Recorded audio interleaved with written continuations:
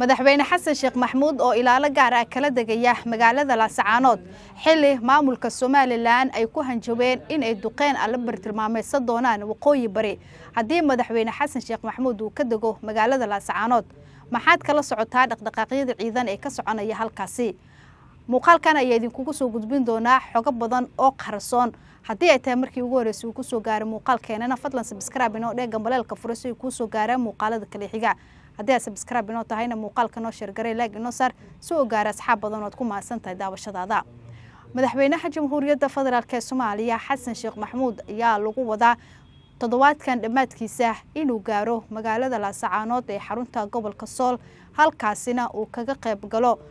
caleemasaarka madaxweynaha maamulka waqooyi bari ee Soomaaliya kaasi oo ay dawladda federaalka ee Soomaaliya goor dhaweed ay u aqoonsatay inuu yahay maamul goboleed ka tirsan dawladda federaalka ee Soomaaliya madaxweynaha jamhuuriyadda federaalka ee Soomaaliya xasan sheekh maxamuud ayaa la soo warinayaa in ciidamo gaar ah isla markaana si gaar ah loo soo tababaray xirana dariiska ciidanka dhar ka duwan waxaana ciidamadan ay yihiin ciidamo gaar ah oo loogu talagalay madaxweynaha jamhuuriyadda federaalka ee Soomaaliya xasan sheekh maxamuud in ay sugaan amnigiisa maadaama dhaqdhaqaaqyo ciidan oo iska soo horjeedo laga dareemayo magaalada Laascaanood ee xarunta ku meel gaar ku ah maamulka waqooyi bari ee Soomaaliya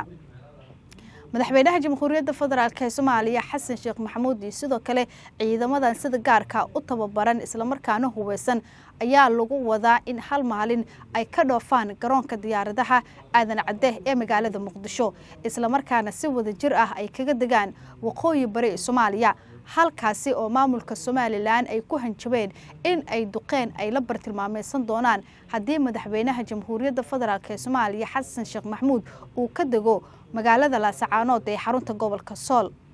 arinta ah in ciidamo gaar ah madaxweynaha jamhuuriyadda federaalka ee Soomaaliya xasan sheekh maxamuud isla markaana si gaar ah u tababaran watana gaadiidii sidoo kale hub dagaal ayaa timid kadib markii cabsi xoogan ay ka dhalatay hadalka ka soo baxay maamulka Soomaaliland kaasi ay ku hanjabeen in ay duqeen doonaan waqooyi bari Soomaaliya haddii madaxweyne xasan sheekh maxamuud uu halkaasi uu ka dego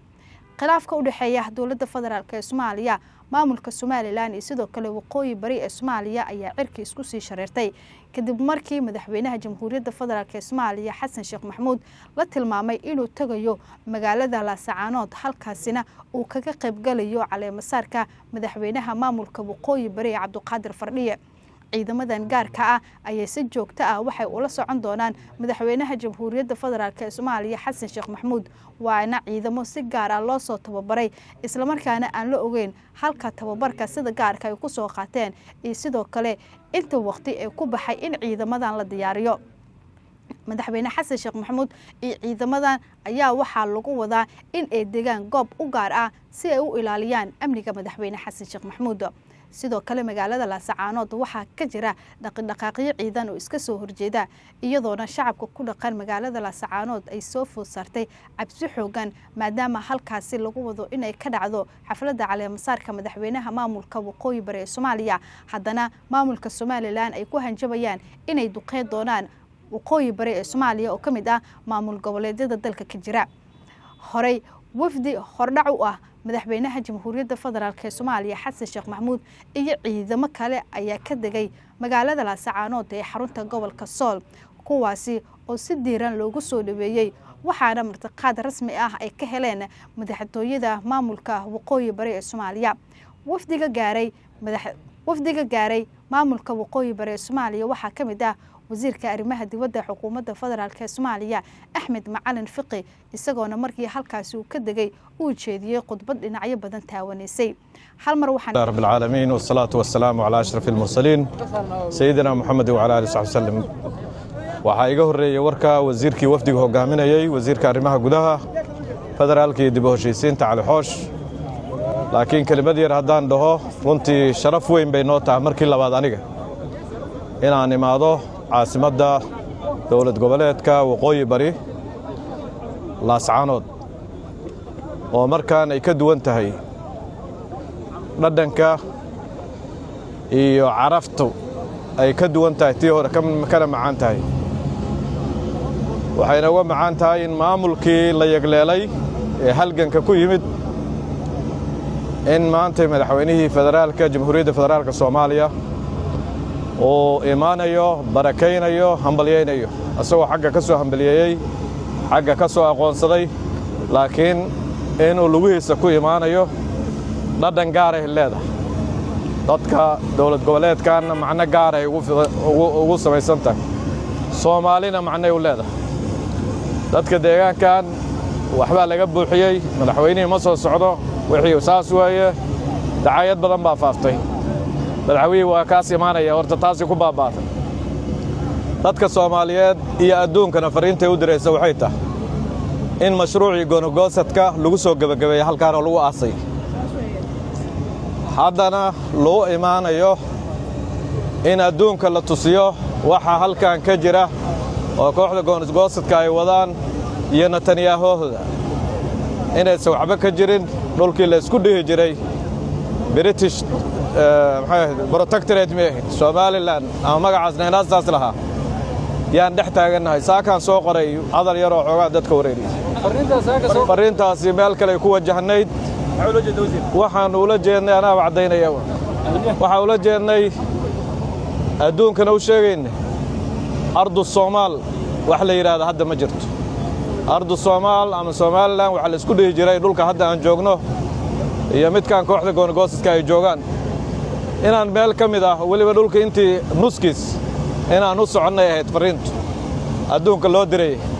waana la diri doonaa maalmaha halka aan joogno waxaan marka ay leedahay dhadhanka ay leedahay waxay tahay meeshan waa buundada midnimada waa saldhigga midnimada Soomaaliya taasa qof kasto ay tagana sharaf u tahay wasiiradii dawladda Soomaaliya oo dhan iyo dawladda Soomaaliya xildhibaanadeedii iyo ummadii Soomaaliyeed ba indhaheedii iyo joogitaankoodii halkaan ay joogaan maalmahan marka marti culus baa idin joogta layna kala dardaarmayo soo dhawayntooda waxaana idinkaana runtii sababay dadka deegaankan baa sababay in intaas oo Soomaaliya la marti galiyo ayadoo wax cabsiga jirin cid laga cabsanaya Ilaahay baa laga cabsanaya kaliya marka aad iyo aad baan u mahadsantiin anigana waxay tahay sharaf gaar ah bilowgii baan la soo bilaabay nimba meel buu kala soo qabsaday bilowgii baan wax ku lahaa waa mahadsantiin uu jeediyay Axmed Macalin Fiqo wasiirka arrimaha dibadda xukuumadda federaalka ee Soomaaliya kadib markii uu ka degay magaalada Laascaanood khudbadan ayaa si gaar ah waxa ugu soo horjeestay maamulka Somaliland iyadoona markii horeba ay ka carootay tagista madaxweynaha jamhuuriyadda federaalka ee Soomaaliya Xasan Sheekh Maxamuud oo tagaya magaalada Laascaanood aas-aaska maamulka waqooyi bari ee Soomaaliya ayaa sidoo kale waxa uu qayb u ka yahay carada ku abuuray maamulka Somaliland kuwaasi oo markii la dhisayay maamulka waqooyi bari ee Soomaaliya dhaxmaray dagaal sababay qasaari isugu jira dhimasho dhaawac maamulka Somaliland shacabkiisa waxay ku tilmaameen in maamulkaasi uusan ku imaanin si dheedheel ah balse uu ku taatay dhiig badan dawladda federaalka ee Soomaaliya ayaa garab ku siisay in maamulka waqooyi bari ee Soomaaliya la aqoonsado waxaana dawladda federaalka ee Soomaaliya ay xaqiijisay in maamulka waqooyi bari Soomaaliya uu ka tirsan yahay maamul goboleedyada dalka ka jira waxaana sidoo kale lagu wadaa in bilowga toddobaadka soo aadan halkaasi lagu cadareemo saaro madaxweynaha maamulka waqooyi bari Soomaaliya Cabdiqaadir Fardhiye wixii xogo ay ku soo kordhana muuqaaladeena xiga ay idin kugu soo gudbin doona hadii ay tahay markii ugu horeysay ku soo gaaray muuqaalkeena fadlan subscribe inoo dhagan balaalka furasay ku soo gaaray muuqaalada kale xiga hadii aad subscribe inoo tahayna muuqaalka noo share garay like noo saar soo gaar asxaab badan ku maasanta daawashada